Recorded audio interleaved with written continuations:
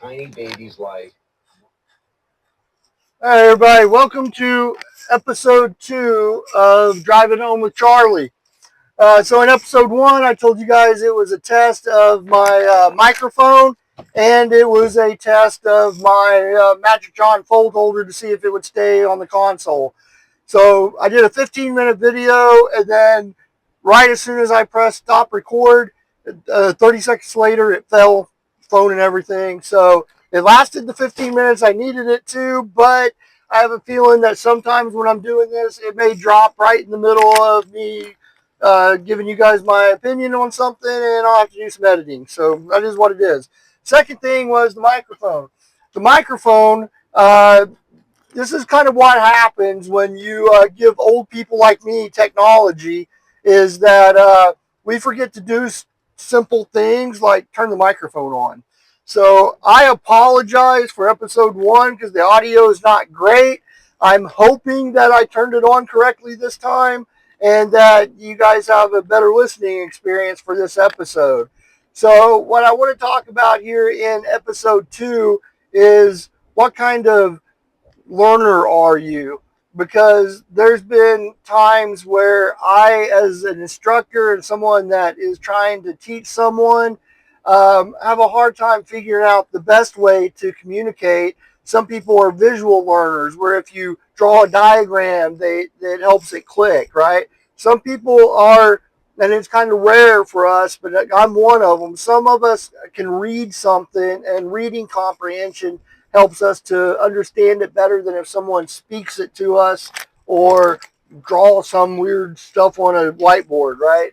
So I'm better at that. Then you got the people that you can explain how something works and what it does and everything until you're blue in the face, but till they actually put their hands on it and take it apart, you know, that part I don't understand personally because I'm not that type of learner, but it doesn't mean I judge people who are.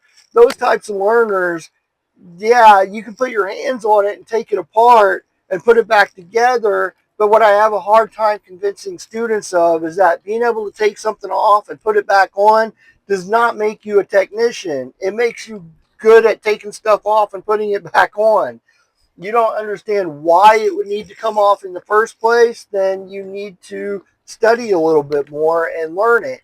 And if you need that stuff explained to you while you're taking it off and putting it back on, and then it kind of sticks with you better, then there's nothing wrong with that. It's just sometimes it's hard for us as people and mentors, trainers, teachers to nail that down on where is the best place for you to learn.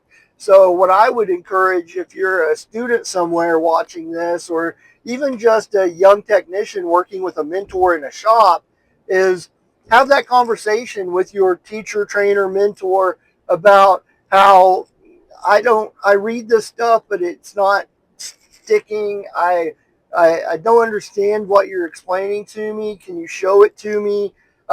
Communication is great when you're learning, not just communication coming from the person teaching, but communicate. This guy just stopped at the stop sign, four-way stop, and just sitting there for no reason. But communication coming from the person being taught is critical. So be a good communicator if you're going to be a student, a trainee, a learner, and let the people who are trying to help you know how they can best help you, is what I'm trying to say. Anybody that judges you for what your learning style is kind of just not worth your time, to be honest with you, because everybody's different. And if you can't accept the differences between people, and you shouldn't be in a position to be training them. So, yeah, I see a lot of them. I will tell you about the only type of learner that really irritates me, though, are the ones that want to try to one up their teacher or their instructor. You know, you have that student who, when he was 16 years old, he took a cylinder head off of Duramax with his dad, and now he's an expert on Duramax cylinder heads. And you say one thing, you might be talking about a Cummins, but no, he knows better than you because he had a Duramax head off once, right? So those kind of, that's annoying. And yeah, I'm going to judge you for that a little bit. I'll be honest. But for learning styles, though, no, you shouldn't be judged for that. Don't be one of those one-uppers where you're in class and you're playing gotcha with your trainer or your instructor. I don't know everything, and I don't let the gotcha questions get to me, because if they ask me something I don't know the answer to, there's nothing wrong with saying I don't know. Nothing. There's absolutely nothing wrong with saying I don't know. Even if you are an ASE Master Certified Tech who is getting paid to teach other people stuff, there are things I don't know. I don't have enough brain cells to remember what the torque spec is on every single engine component of every single thing I've ever put back together, right? So you can't get a gotcha question with, yeah, well, what's the torque spec on a 2009 Hyundai diesel in a forklift? I don't know. Look it up, right? Those irritate me, is those types of gotcha where, it's like we're talking about torquing in general. We're talking about how you torque something to make sure it seals, how sometimes you have to torque it in a sequence to make sure you don't warp or damage components. Uh, and then they'll throw out something like that, and you're like, why? Yeah, that's the only irritating thing I have really to deal with in my position. Um, and then the people who don't listen to their instructor, that has always baffled me, because I teach at a school, and it's not cheap to go to school. I mean, no matter what school, if it's a post-secondary school, you're paying to go there. And even if you're not paying, let's say you're a veteran and you're on the GI Bill, or you have a grant or a scholarship or something like that, and you're not directly paying for it out of pocket, you're still spending your valuable time to spend hours every day at that place to learn from people who've been doing it for decades like I have.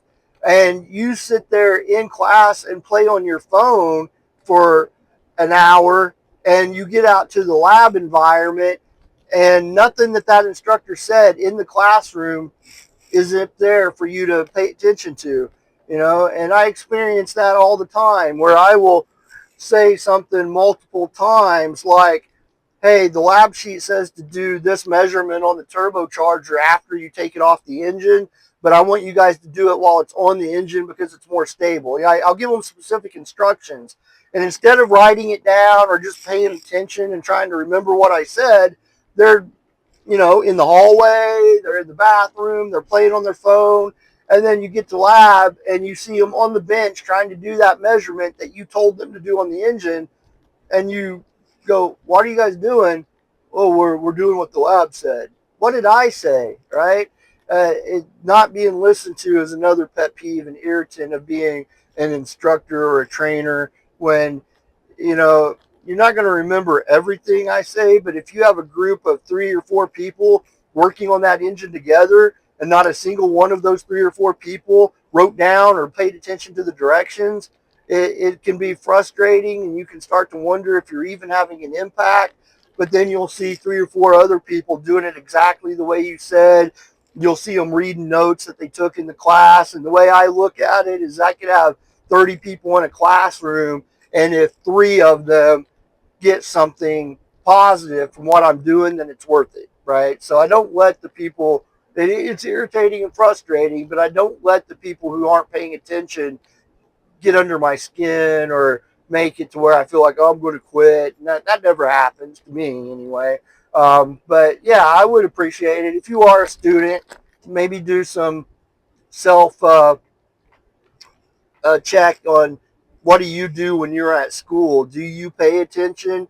Do you make the most out of your time? Are you wasting your money and efforts?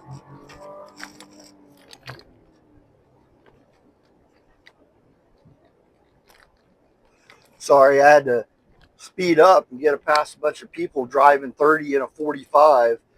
Um, so yeah, just like last episode, I've had my discussion about how to be a good student. Now I'm gonna give you my pet peeve for the drive at home, and that's the people who drive in a way like they're the only person on a road. They're doing either 10 miles an hour under the speed limit, or they're doing 25, 30 miles an hour above the speed limit, and they're weaving in and out of traffic like they're getting in and out of the draft at Daytona. Uh, I'm not perfect. I don't, I'm in a 45 right now, and I may or may not be going 50. Um, but I'm not driving in and out of traffic and running people over and driving like an idiot. Um, but this truck, for example, just have this pickup truck. We're in a 45, and he's doing 45, which is fine. I would have slowed down and followed behind him, but he just slows down for no fucking reason. It's ridiculous. All right, so you got people that uh, oh, here's a good one too that they like to do here in Arizona. And I think that these guys are under the mistaken impression that they're going to save fuel by doing this, or they can coast through the red light. By the time they get there, it'll turn green. They don't have to do a complete stop. But they'll start slowing down or stopping uh, basically like a quarter mile before the red light, and you're behind them in the left lane. You need to get up to the turning lane, but your arrow is green. If you could just get up there, you could turn, but you can't because the idiot in front of you wants to start slowing down and doing 10 miles an hour, a quarter mile before the red light. And then if you want to make it to your green arrow in time, you have to break the law and cross a solid color line, or just suck it up and follow behind the guy and then have to sit through another cycle of lights again. So those people irritate the crap out of me, is the people who just crawl, get up to the fucking light, and if you get to the light and you need to stop, stop, and then go. Don't affect everyone on the road around you because you don't want to come to a complete stop. That's insanity to me, right? So that's irritating to me. Um, Again, I'm going to post a Amazon affiliate link for a tool or something. If you guys would check it out, it would help me with my affiliate side hustle. Help me get some commissions. And also, please like and subscribe to the channel. If you have any comments, it's always fun on a podcast when I'm putting out information and it's mostly opinionated, that you share your experiences, your opinions. I like to hear from you guys in the comments. You don't have to agree with me. We can disagree politely and have a conversation about it, unlike our political people that we have right now that can't get along to save their life. So, yeah, I want to hear from you guys. Tell me what you have to say. Let me know what topics you want me to cover in future episodes of Driving Home with Charlie. So have a good one. Thank you. Bye.